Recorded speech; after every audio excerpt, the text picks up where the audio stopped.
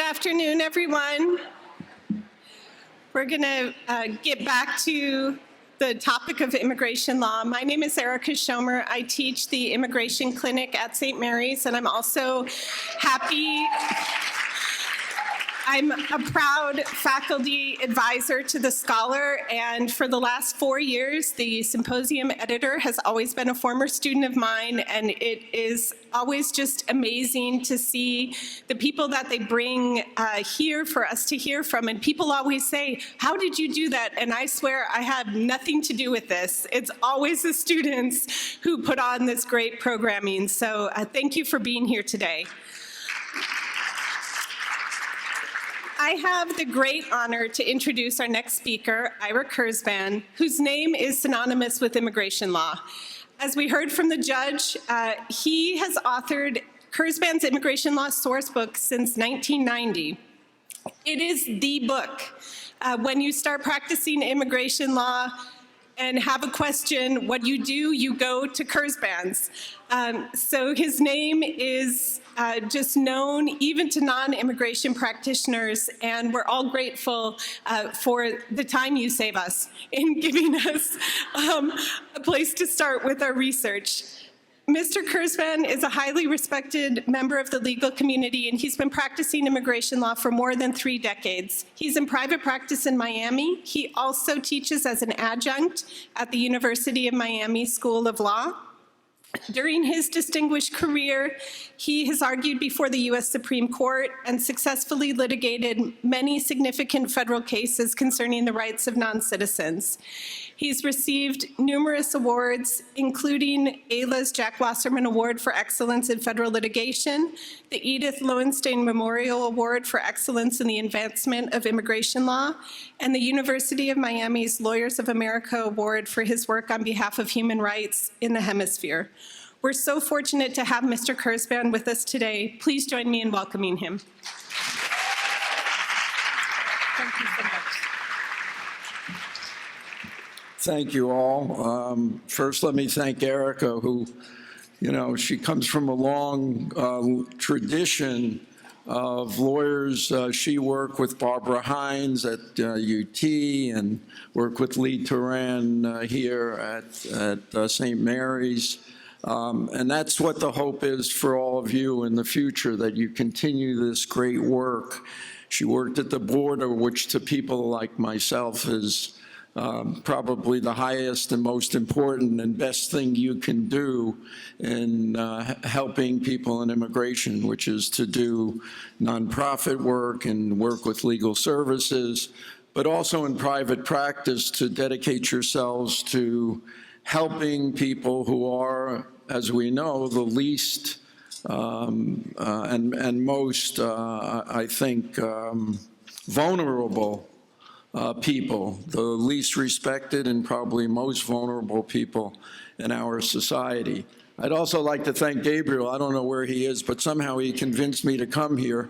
And I'm happy to be here. I've never been here before, and I'm glad to see that you have so many energetic, interesting students who are willing to commit themselves to a life of doing this kind of work. I also want to thank Paul Schmidt. Aside from Paul helping me with my book many years, I've known Paul for almost 40 years, which is pretty staggering. But there's 2 things that I want to say about Paul. One is he was always and by the way, I don't have to say anything nice to him anymore because he's not a judge, so, you know. So I mean this from my heart. I mean, Paul has always been, we haven't always agreed, but he's always been a very straight shooter. He's always been, as you could tell today, somebody who really believes in fairness and justice in our due process system, and I really admire you and have admired you for years because of that. In fact, he's one of the few people I ever talked to in the government. Mostly I just sue him. I sued you too, right? But the other thing that's, I think that's really important, and this is a message I want to give to all of you. Desmond Tutu, who, as you know, was the moral leader in the struggle against apartheid, said, "If you are neutral in situations of injustice, you have chosen to be on the side of the oppressor." And I've always taken that to heart in my life. Paul's taken that to heart in his life, and you can see today, he doesn't have to speak out. He's retired. I'm sure he gets a nice pension from the government. And he's on the front lines every single day talking about what's going on in immigration and in America today. And why is that important? Thank you, Paul, by the way.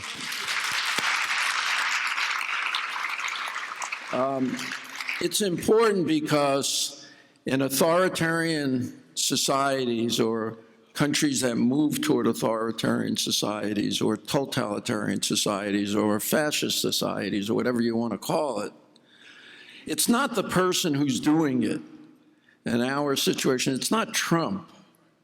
It's the people who are the enablers every single day that allow him to do it without standing up and speaking out. And when it comes to immigration, there is no more important example of what we need to do about speaking out about what's going on in this country today. Because it's not normal. It's just not normal. And we need to begin to talk about how abnormal the situation is. And I just want to give you some examples of actually how abnormal the situation really is in this country. And I'm going to come back to public charge regulations in a few minutes. Last week or 2 weeks ago, they issued regulations barring pregnant women to come into the United States. Do you know how abnormal it is to have a regulation that says a consular officer will now decide when someone comes before him or her as to whether or not that pregnant woman who is in front of them is going to give birth in the United States? That's what the regulation says. That the consular officer, if he has reason to believe that this person will give birth in the United States, he's not going to let him in the country. That's abnormal. It's abnormal under any kind of moral guidance that you could possibly think of. And I have a whole list here, and I'll get to some of them during the talk. But the first thing I want to tell you, and by the way, I wanted to thank St. Mary's for inviting me. I apologize, and for the Scholar program. And obviously, you do great work here, so I'm all supportive of it, and anything I can do to help, even dedicate or give a couple of books to the clinic, I'll be happy to.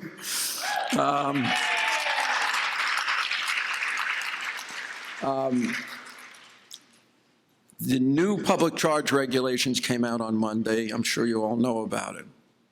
I don't know how much detail you've actually read about them, but they're brilliantly constructed for one purpose and one purpose only: to reinstitute the national origins quota system in the United States that we had in the 1920s. And Paul's shaking his head. He understands exactly what that means. You know, in the 1920s, we had a system that said we will peg America to look like what it looked like before the Great Migration came to the country, to look like a white Protestant America, period. And we had that law in the books till 1965, when they swept away many of the discriminatory laws and also swept away the national origins quota system in 1965 by instituting a provision that said you cannot discriminate based on race or sex or national origin, et cetera. These regulations are not even a backdoor, they're a front door way of reinstituting the same exact system by doing the following. They say If you don't speak English well enough, that's a negative factor. They say if you're over 61 or under 18, that's a negative factor. If you don't have health insurance, and think about the cost of health insurance for somebody who's in Cote d'Ivoire or in Honduras, you have to maybe buy health insurance before you can come to the United States. It has, do you have a job? Okay, waiting for you in the United States. What is your level of education? And it's all done in the totality of the circumstances. So an officer is really free to do whatever he or she wants to do because it's discretionary. And by the way, discretion is barred from judicial review under Section 242A2B II and a bunch of other sections. So this was crafted by people who really understand and really know how to manipulate the system. And my prediction is, and you've heard it here, I could be a talking head again.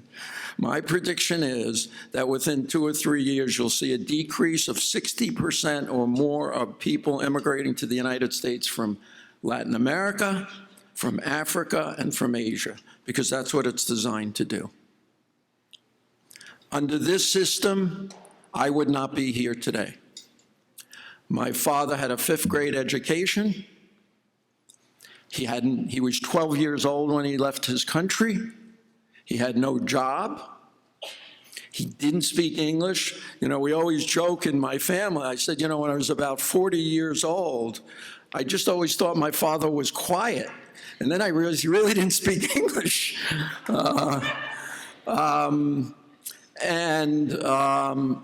He would never have gotten in under this system, period.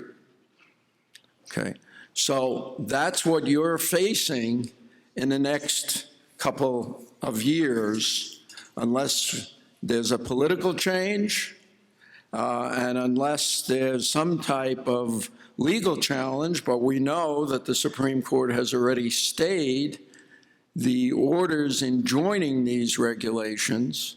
But we'll see what happens. I think the fight on that goes on. I just want you all to understand that we, and you may, we are in a war right now. We're in a war for the values of this country. And this war on the opposite side is being waged fearlessly, without any morality, and without any dignity. And it's in violation of the fundamental international commitments we have. You heard Paul talk today about the MPP program and basically the throwback people from the border. At the end of World War II, we established the convention relating to refugees, the Convention and Protocol relating to the status of refugees. The protocol was issued in 1967. We signed the protocol as a country, and the fundamental principle of the Convention and Protocol is that you don't do exactly what we're doing at the border right now. You don't throw people back to another country when they're seeking asylum in America. Because the foundation was when Jews were trying to escape Germany during the Second World War and they went to Switzerland, Switzerland wouldn't let them in, nor would Cuba, nor would the United States, nor would any other countries, and they were forced to go back, and many of them died in concentration camps in Nazi Germany. So that's the foundational principle. That's what I mean. We cannot continue to treat things that are abnormal as if they're normal. They're not. It is not normal to have people at the border being thrown back into Mexico or Guatemala or Honduras. It's just not normal. And we need to fight it. And thank goodness that we have all of you. We have lawyers at the border who are dedicated to do this, lawyers who are dedicated to go in the federal court. The ACLU has probably brought 120 cases since this administration came into office. It's also a war that violates the fundamental principles that all of us are created equal, that we're all entitled to live in tranquility and enjoy the blessings of liberty. That's what this country was founded on. Because after all, doesn't a mother who comes from Guatemala with her child, who tries to enter the United States fleeing persecution in their country, fleeing the hostility that's happening, the gangs and so forth, doesn't that person have and care about their child as much as any of you in this room who have children? I've been blessed with having 5 children. I couldn't imagine what it would be like being at that border and being turned around. That's why it's not normal. This war, and I call it a war because to me it's nothing less than the fight over the soul of our nation. It's not just about our profession. There's little doubt that the government, after intimidating and terrorizing immigrants, by the way, are going to go after the lawyers, and they have already. There's a case in the United States Supreme Court that's going to be decided this year about speech, about what an immigration lawyer told their client. There's a trial in North Carolina this week of a lawyer who was on a phone talking in a courtroom. So this is not just about, and from the standpoint of many lawyers, business is great. I am busier now than I've ever been. It's horrible, but I've been busier now than I've ever been. But I know what's coming, and what's coming is when they get through with the immigrants, they're going to come after the lawyers. So this is all about what kind of country we want to live in. You know, they talk about a caravan, and a lot of this has to do with the use of words. Trump's brilliant at marketing. Whatever you could say about him, he's brilliant at marketing. He calls 7,000 people at the border, and this is how it started, remember, a caravan. And that's all you hear on the press now. Anytime somebody comes to the border, they say caravan. There's a caravan of people coming, as if it were a flood of humankind coming to the border that's going to somehow overrun the United States. I want to give you some numbers so you understand the significance of all this. In 1966, when we were a far smaller country, we flew into the United States. Flew them into the United States, 266,000 people from the port of Camarioca in Cuba to the United States. They were called freedom flights. We didn't throw them back at the border. We didn't interdict them in the water. We actually went there and said, we're a better country. We're a country that wants to help people who we think are fleeing. You can argue over whether it was right or wrong, but the impulse was what we were all about as a country. That impulse was to help people who we thought were in need and wanting to get out of a situation of persecution. Not taking a 5-year-old kid and putting him in a deportation proceeding or a cage and sending him back to another country, you know.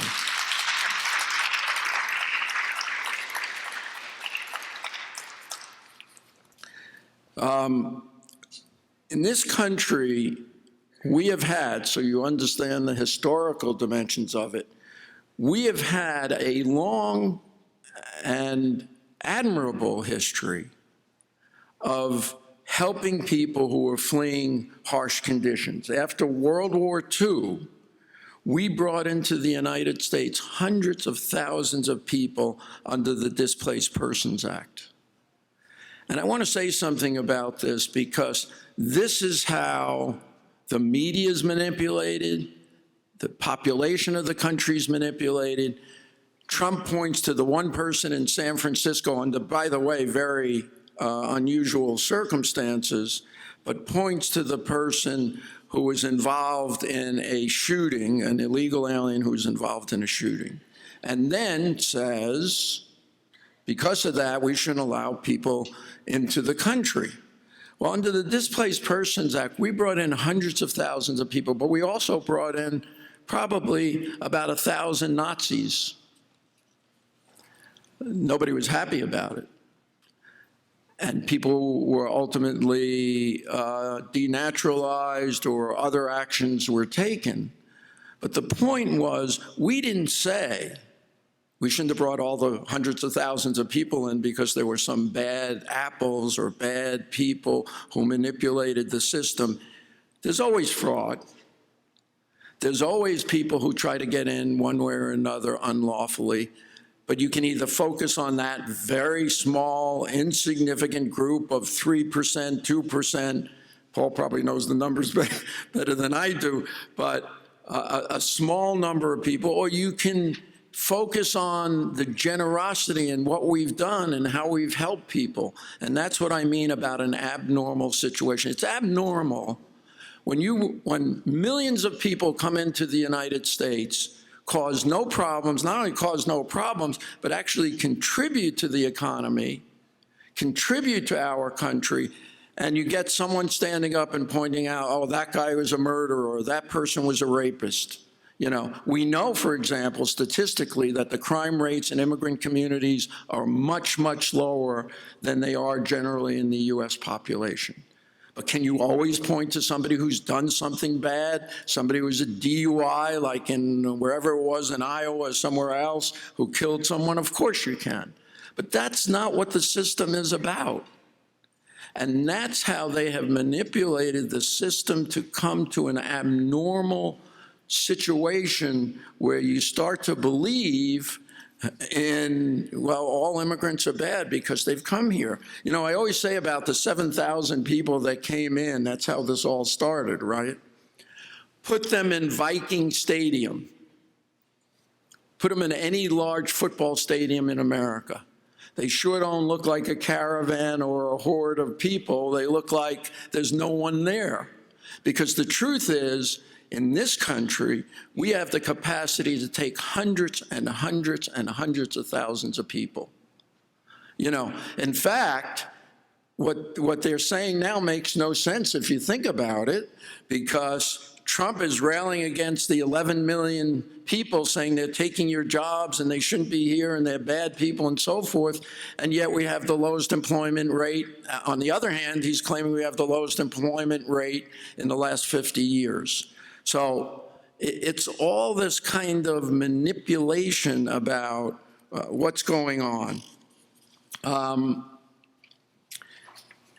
The changes that, and I'm not going to go through many of them, I think, because Paul's mentioned some of those changes, but I do want to mention that the changes are across the board. You know, they're not just changes in things like detention, but there are also changes for those of us who practice employment law as well. There are changes in employment base, and this is another one of the great myths. You know, we want skilled workers in the United States. We don't want these people who are just bringing in their poor kids into the country. You know, I always remind people, Sergey Brin and Stephen Jobs. Stephen Jobs, you know, was the founder of Apple and invented the iPhone, the iPad, and Sergey Brin was the founder of Google. Neither of them came in as high-tech, high-skilled workers. Stephen Jobs is the son of a Middle Eastern immigrant. Sergey Brin came in as a child of refugees into the United States. So when they talk about high-skilled, all we want is high-skilled workers, we don't want any of these other riffraff, we don't want any of these other people coming in the country, it's just total fabrication. It's a total misunderstanding of the history of what's happened in this country. Because it's people like me, the son of a man who had a 5th grade education, who had no job, who didn't speak English, who had the drive to do what I do. And it has nothing to do with coming in as a PhD in some field. There's nothing wrong with having those people, But when they talk about we're going to trade off all of family immigration for just high-skilled workers, which is, you know, the president's son-in-law's proposal, it's outrageous. It's truly outrageous. And so, you know, one of the things we need to look at is the rhetoric of what's going on and how they're doing this. But in the H's, the L's, the E visas, the O visas, the EB3s, the EB5 visas, all the employment-based visas, they're doing the same thing. The irony, of course, is there's only one visa that the president has supported, and actually each year in the Federal Register, he has authorized 30,000 additional visas. Does anybody know what it is? It's the H-2B visas for temporary workers, and the first 900 every year have gone to Mar-a-Lago.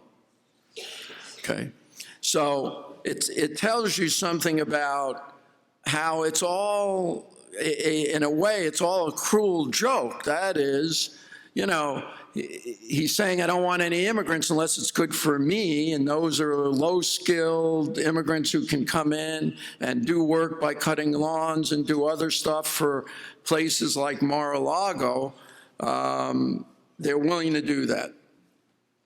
So where are we in all of this? I want to give you just some other examples of the kind of distortion that's occurred, and that's not normal. The Seventh Circuit just issued a decision from Judge Easterbrook. He's one of the most conservative judges in America, by the way. Has never been a particular friend of immigrants. In a case called Baez, Sandres versus Barr. And here's what happened in the case. It involved a U visa. The Seventh Circuit remanded it back to the district court with instructions to do something. And the agency basically said, no, we're not going to pay any attention to you. The Attorney General told us to do something different. I've never seen that in the history of this country. I mean, maybe it was before there was Marbury versus Madison, and they did that. But this is what I mean about the abnormal becoming normal. It's outrageous that a federal official would tell a federal judge, I don't care what you're saying. I'm just going to blow it off. I'm going to follow, because I work for the Attorney General. I don't work for you. I'm going to do what I want to do. The judge said the defiance of the court order was basically unheard of. And he said he didn't understand, and this is where all of you come in, he didn't understand why the parties on the other side didn't seek to hold the government officials in contempt. Of course, that's what I would have done. I used to file contempt motions against Paul and everybody else all the time. But that's what you have to do. You got to be tough. You got to be aggressive. You got to go out there when you're going to practice law, or if you are practicing law, and do it. You know, when you see a government official act in this way, there's no excuse for it. You hold their feet to the fire. So that's another example. The third is the collection of DNA. They're collecting DNA on everybody who they detain. That's not normal. I mean, maybe you collect DNA on somebody who has a criminal background because you're concerned about it. Why are we collecting DNA on every single person who we detain? And we, as you know, we have the largest detention system in the country now. The Department of Homeland Security detains more people than any other federal agency. We have withdrawn refugee admissions in this country to the lowest number that I remember in 40 years. It's down to 18,000, and Stephen Miller in the White House said we're going to get it down to 0. That's not normal. For a country like the United States, it's supposed to be, as President Reagan said, a beacon on the hill to all those who are fleeing repression all over the world, to tell the world now, we're not going to let anybody in the country. We're not interested in you. We don't want any refugees. And by the way, there are 365,000 applications that already have been pending for refugee status. So they're going to tell all those people, we don't want you. We're not interested. Whether you're fleeing from Syria or Iran or Latin America or the Central African Republic, we're just not interested in you. Go away. The day that the administration came into office, they began the process of ending every parole program we have. They ended the Cuban parole program, not officially, but practically. They ended the Haitian refugee parole program. They ended the Central American parole program. And they've ended every other parole program that we've had in this country because they don't believe in parole. And they've said it. So, not normal. Parole is a method in which you bring people into the country to try and protect them. The Muslim bans, obviously, they're now expanding it to more and more countries. The wall is just not normal. It's not normal. First of all, it's not normal from a practical perspective because it doesn't do anything. It doesn't stop people from coming into the United States. People, you all probably know that better than anybody. Lots of people come in through tunnels.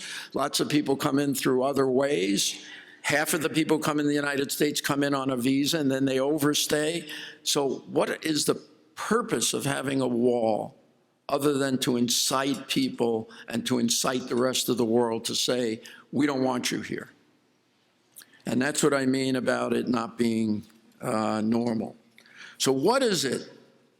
What is it that you're expected to do? Because this is all about you. I'm an old guy. It's your generation. It's the next generation. What is it that you're going to do about this? And for those of you who are immigration lawyers now and will be immigration lawyers, you are privileged. And I really mean this. You are privileged to be on the front lines in this war because you're going to define what's right, what's decent, what's honorable, what's just and morally about who we are as a nation. And let me tell you, if you don't do it, there's nobody there. And that's what authoritarianism is about. It's about people not speaking up. You are going to defend the basic principles that made this country great. A nation of Hamilton and Einstein and Stokely Carmichael and Madeleine Albright and Stravinsky and Rothko and Sergey Brin and Nikola Tesla. You know, most of us today are being asked more than maybe we can do, and more is going to be expected. Every application you do has to be perfectly done, because you're dealing with people who are looking for ways to deny everything about your client. Every request for evidence, every notice of intent to deny has to be challenged, and challenged perfectly, and challenged furiously. You need to be better lawyers, smarter lawyers, and super lawyers. And we need to fight immigration everywhere, whether it's before an immigration judge, the AAO, the BIA, ICE, CBP, the federal courts, everywhere. And that's what a resistance is about. And really, that's what the ACLU, I think, and many other people, to their credit, have been doing for the last 3 years, resisting. When they see something wrong, they sue. When you see something wrong, that's your obligation. And don't tell me, well, I don't have the money and I don't have the resources. And Paul will tell you, I spent the first 5 years of my life representing Haitian refugees for free in 13 class action lawsuits. And I beat Paul in every one of them. Right? So don't tell me you can't do it. You can do it. And maybe it's a great personal cost, but there's a lot at stake. Really, this country as a country is at stake. This country's values are at stake. It's not just about representing some individual in some case. It's really about, are you going to let these people do whatever they want to do and change the face of America? The other thing we need to do, and I think this was pointed out before, is that we need to be politically active. Over 10 years ago,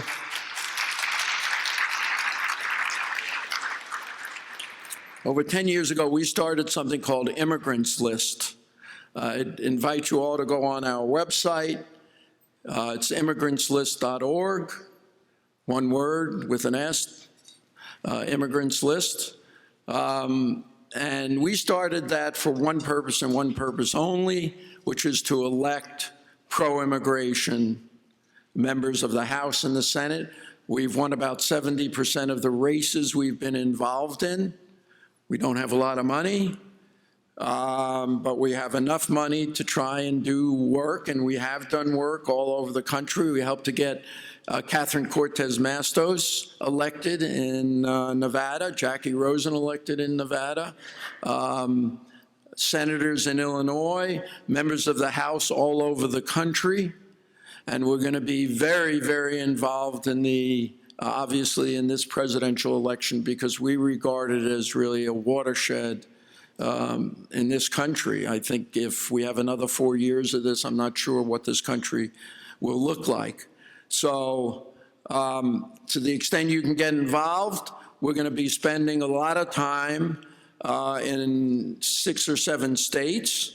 For those of you who want to volunteer, be great. And, you know, in Arizona, in Michigan, in Wisconsin, in Pennsylvania, in Florida, and 2 or 3 other states, in North Carolina, depending on what it looks like as we get closer to the election. We believe, I don't think the president really has a chance of winning the popular vote in America, and he's very smart. I think he knows that. He's spending all his time in these 8 states. And so we're going to fight them where they are. We intend to do a lot of work in the immigrant community. 23 million immigrants have registered to vote since 2000, new voters. And our goal is to try and get those people out to vote, and to vote in a way that's consistent with what the values are of this country. So I'd urge you all, if you can contribute, please contribute financially. If you can't contribute financially, contribute your time, because ultimately we have millions of supporters in this country, millions of Americans who believe that despite the cowering politicians, America is great when all its people are included in the building of the country. America is best when it is inclusive, and immigration is the engine that has powered the economy. Most of our friends and neighbors know it. Let's get them to stand up and say it, and let's get all of you to participate in both the political process and legal process. Thank you. Thank you.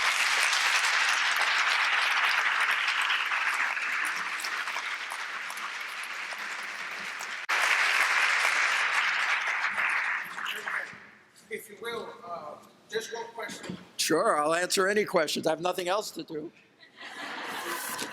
Well, just one question for time's sake. With today's ruling and joining Sorry, I forgot to mention it. Yes, thank you. asylum seekers in Mexico may begin reapproaching the ports of entry. Right. When do you recommend filing a contempt motion, as you mentioned earlier? Well, I don't know if all of you heard the good news. I was sitting there while Paul was up trying to read it. I couldn't read the whole decision, but the Ninth Circuit today blocked the MPP program, which is great. Which just says something about what I tried to impress upon you. You got to keep at it, keep at it, keep at it, keep fighting. Okay, in all of these cases, you now have an injunction that says that the government, if somebody comes into the country, okay, and actually has made it into the country, they're entitled to asylum, right? Because the administration first tried that. They said, oh, if you enter illegally, you're not eligible for asylum. The ACLU went into court, got an injunction on that.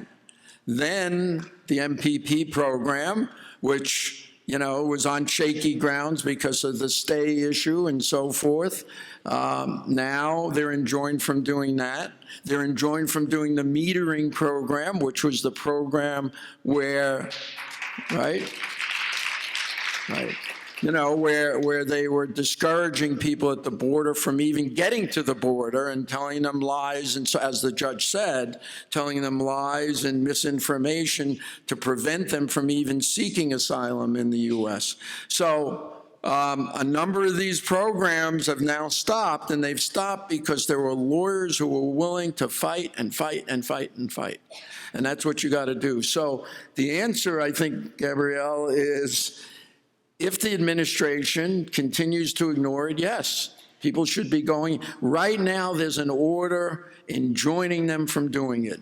Whether the Supreme Court a month from now will do something else, who knows? But right now, there's an order. If they violate that order, you bet I'd go to court. And you know, there are now, for the first time, it's very unusual in this country, but there are now 2 or 3 orders from federal judges, one in San Diego from a judge who's not a liberal judge, holding the administration and its officers in contempt and saying, you have said you're going to find these kids' parents, you have said you're going to bring the parents back, you have not done it, you've misled the court and so forth, you're in contempt, you have 30 days, and every single day after that, you lawyers personally are going to pay the other side $500 each.